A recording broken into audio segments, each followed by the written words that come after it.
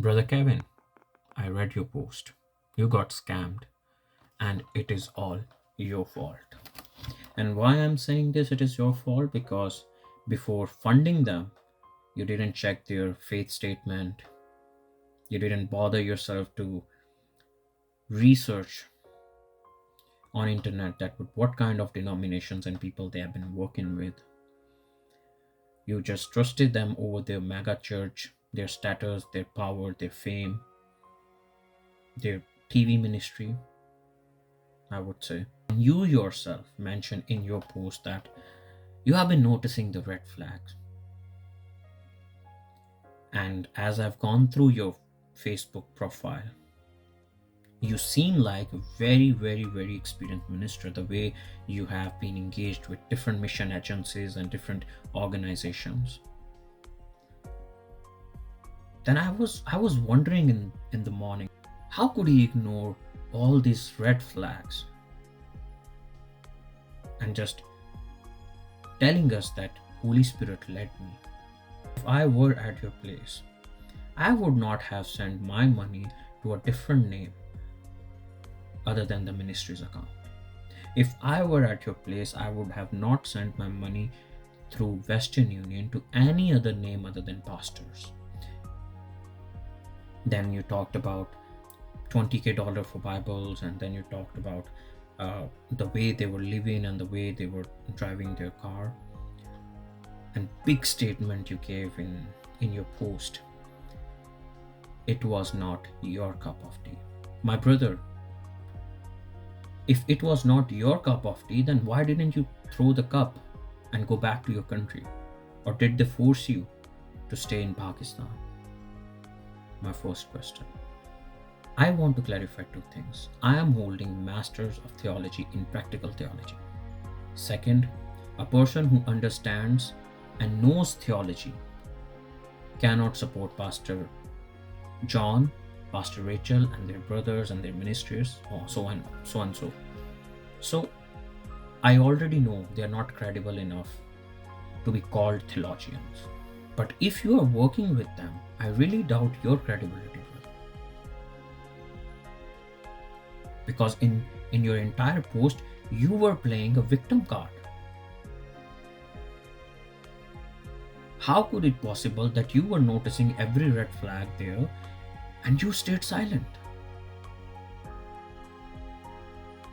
I mean, your post is all about dogma and emotion. Spirit led you and you are victim. And you are behaving like that you are standing for the people you barely know. So it's all contradicting, brother. Ministry requires reasoning, not dogma and emotions. I have many American friends. One of my professors were American. I know how they work. I know how they run ministry. In ministry, Americans are too sharp. They can outsmart anyone. And strategically, they are out of this world. But you are not like that, brother. Let me talk about few more things that you mentioned. That you mentioned about their luxury life. They bought you clothes from the mall. Why didn't you say no to those clothes? Why you accepted that? The way you were mentioning in your post, it's quite obvious that you are being scammed, and yet you are allowing them. How can I accept the experienced minister who has a strong claim that Holy Spirit is leading him get scammed? Another thing you mentioned in your post, a Holy Spirit told you and led you to expose those people. But why didn't Holy Spirit tell you before you get scammed? Why didn't Holy Spirit tell you that Joseph didn't defame Mary? Why? Why he just told you to defame them? And after they scammed you, you still got your cover picture with Pastor John.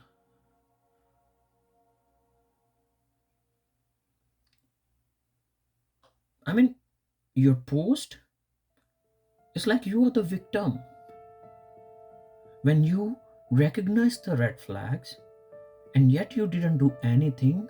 Bro, it's your fault. You were not victim. You ignored them. I don't know for what purposes.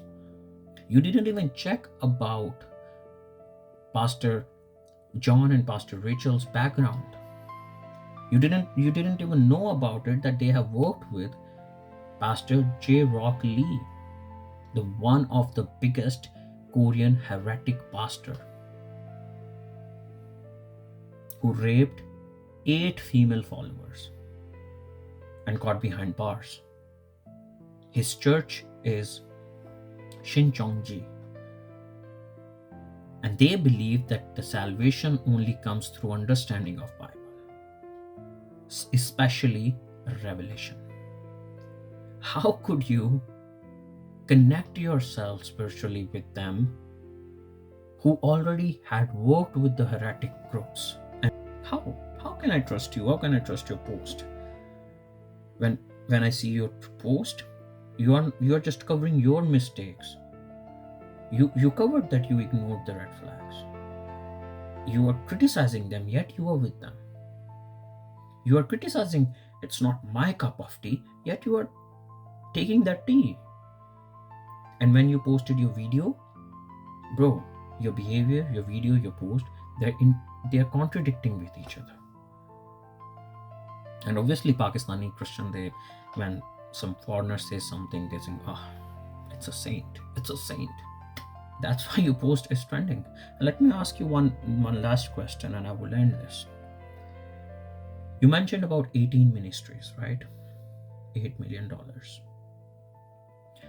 I have a question. Why didn't those 18 ministries jump in like you did on Facebook and expose them? And after doing all these things, you posted your video in their defense. Bro, I know you are experienced minister. You may be more wise, maybe more intelligent in ministry. But yet, in Pakistan, we have people who are analytically very strong. You cannot just say anything and go with it. So I have a problem with your post. I have a problem with one thing, that you are covering your mistake. And it seems like your ministry is quite self-centered. It's not Christ-like. If it was Christ-centered ministry, you would have learned from it and move on.